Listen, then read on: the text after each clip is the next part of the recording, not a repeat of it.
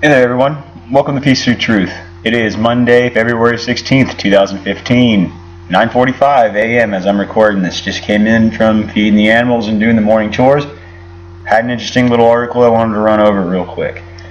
Now, we all know that since the alleged Charlie Hebdo shootings and now the Copenhagen, Denmark shootings, that they've been fakely targeting the Jewish community in a roundabout kind of way. They're using the fake Muslim extremist narrative, to threaten Jews, and that comes to no surprise to anybody that they're going to use it as propaganda to the fullest extent. So, anyway, what I wanted to do was show you this article here. Israel urges mass Jewish immigration after Denmark attacks. And I wanted to show you a couple maps. So keep in mind that in 1948, this was Palestine in the green, and this was Israeli land in white.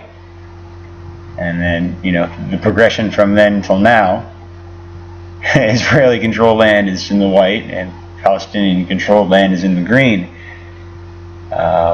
And I believe this map ended in like 2000, I think. So I looked it up on a few other maps, and as you can see here, the land that is completely in Palestinian control is in the yellow, and the land that is in Palestinian civilian control is in the goldish brown, and that land is also under Israeli military control. So as you can see, these maps are fairly consistent with each other. The area there, as opposed to the gold area here, fairly consistent.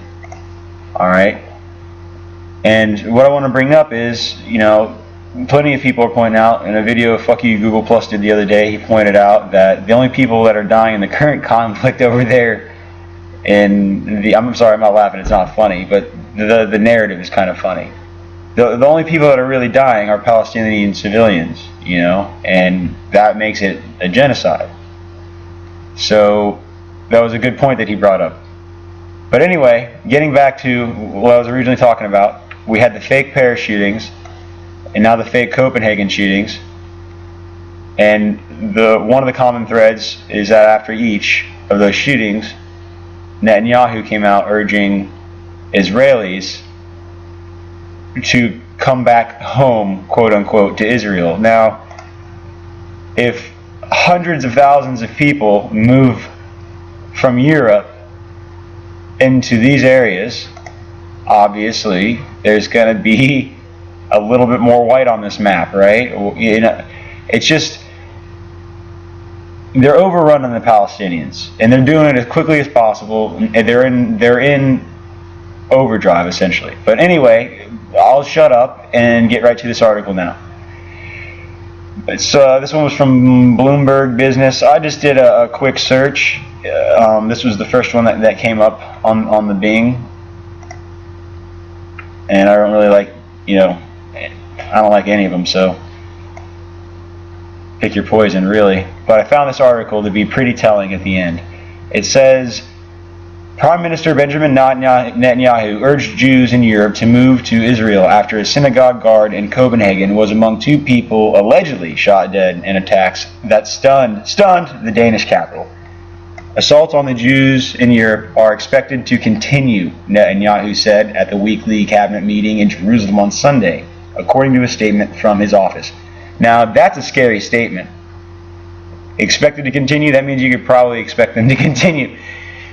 Jews deserve protection in every country, but we say to Jews, to our brothers and sisters, Israel is your home, he said. We are preparing and calling for the absorption of mass immigration from Europe, he said.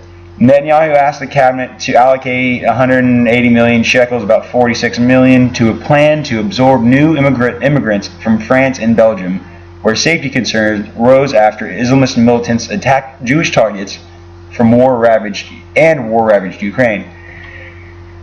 Immigration from France, home to about 500,000 Jews, doubled in 2014 to about 7,000 from the previous year, a 25-year high. On a record 8,000 people visited Israel opportunity fairs held across France in the first week of February by the Jewish Agency, the Israeli quasi-governmental agency that promotes immigration. Now, did you just catch that?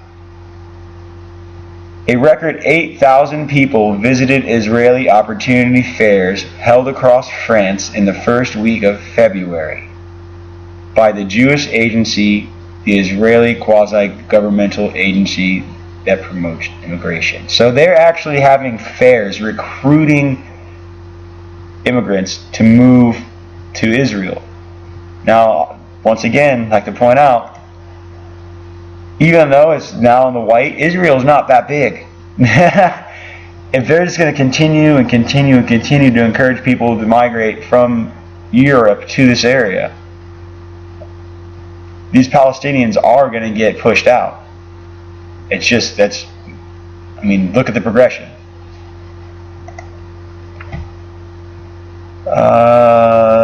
Danish police on Sunday killed the unidentified suspect in the attacks. Convenient. Which also claimed the life of a participant in a rally to support free speech. The shooting near the synagogue following the January 9th killing of 4 French Jews in a Paris grocery has heightened concern in Israel over the safety of Europe's Jewish communities. Bullshit. Netanyahu made similar statements about immigration after the Paris shooting, saying Israel would welcome European Jews who chose to immigrate out of safety concerns. Some European Jewish leaders accused Netanyahu at the time of undermining their communities and ignoring security threats in Israel. Duh. It's got to be more dangerous to live in Israel. The Prime Minister's critics said the Premier was seeking to drum up domestic support before national elections in March. Denmark's 7,000 Jews have been considered one of the most secure Jewish communities in Europe since the Second World War, in which most of this were spared the Nazi death camps when the Danish resistance aided their 1943 escape from the German occupation into neutral Sweden. Netanyahu's message today that there can be no Jewish life anywhere but here is not one that in any way helps a community in Denmark going through an earthquake, said Danish-born Jerusalem Rabbi Michael Melchior in a phone interview. Jews should move to Israel out of choice and not fear, said Melchior, whose son works as a rabbi in the Copenhagen synagogue that was attacked. After the shooting in Denmark, Moshe Kantor, the leader of the Brussels-based European Jewish Congress, said European governments aren't doing enough to protect their Jewish communities against militants. The attack demonstrates that defensive measures to protect the public and the Jewish community in particular are not enough, Kantor said by email. The authorities must change the paradigm and take the battle to the radical Islamist enclaves, prevent the next attack, and bring the terrorists and their supporters to task. Now, I apologize about that being so lengthy.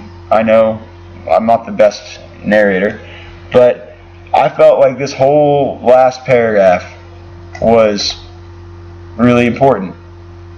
The attack demonstrates that defensive measures to protect the public, and the Jewish community in particular, are not enough. What the fuck is that supposed to mean? Is that why they're arresting people and locking people up for 3 years for making cartoons that come out and call Israel out for the shit that's actually going on in real life? The attack demonstrates that defensive measures to protect the public and Jewish community in particular are not enough. Let's break that down further. So what does that really say? That they need offensive measures to protect the public. But it's more important for the Jewish community in particular, right? So, I don't think I need to elaborate on that anymore. That's fucked, right? And then, the authorities must change the paradigm and take the battle to the radical Islamist enclaves. Prevent the next attack and bring the terrorists and their supporters to task.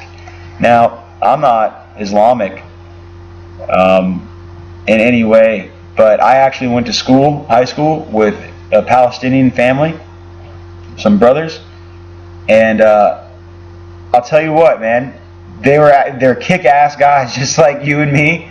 You know what I mean? They have a different religion, but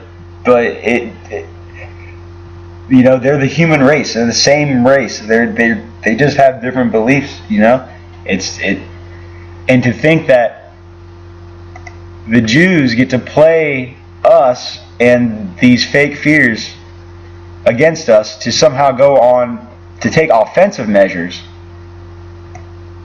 to protect the Jewish community in particular. That's all I really wanted to point out. To tell you the truth, my stepfather's Jewish. You know what I mean? I work for a Jewish gentleman. We get along great. Don't really, they don't have much in common with these Zionist Jews, like Netanyahu. So anyway, I talk too much. I apologize. Thank you very much for your time. I just wanted to point this out, that they're using these fake attacks to call the Jews home, and it's not even really their home.